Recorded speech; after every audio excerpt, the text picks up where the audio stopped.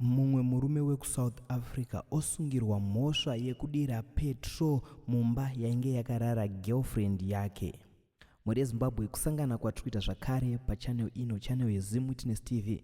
Ndinoti kana kari kekutanga kusvika pano ingobayawo button rekusubscribe, then turn on the notification bell kuitira kuti usarasikirwe neevry update yandinenge ndichiuya nayo pano zuva nezuva. Uye musakanganwa kufollowa our Facebook page redu rinonzi Zim Witness TV. Muri Zimbabwe ndadzoka nenyaya inotyisa inoshamisa yakaitika iyo munzvimbo yeSouth Africa, apo mumwe murume wechidiki akaenda iye kunokanda petrol bomb mumukuku unogara girlfriend yake pamwe chete nemwana wayo. Chinangwa changa chiri chekupisira girlfriend yake pamwe chete nemwana wayo mukati imomo.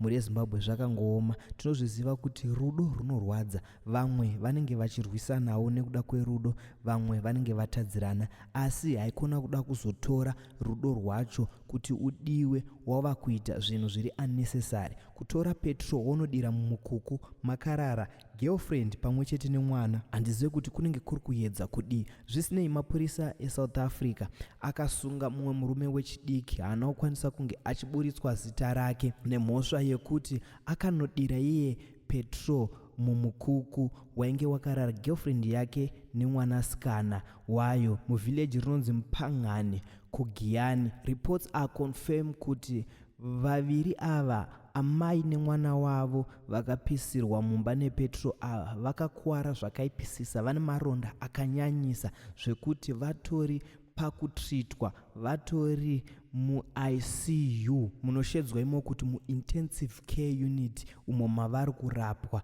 nekuda kwekukuvara kwavakaita. Uriwe mutongi gava, unoitongawo sei?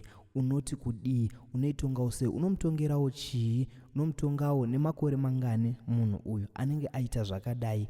Kozi iyi ndichionawo zvangu handinyatsoziva zvemutemo, asi inenge itori attempted murder. Unoitongawo sei? Ngatisangane mucomment section muri yeZimbabwe. Musakanganwewo kufollowa our Facebook page redu rinonzi Zim Witness TV, uko kwatiri kukanda mamwe mastories nemaupdates akasiyana siyana.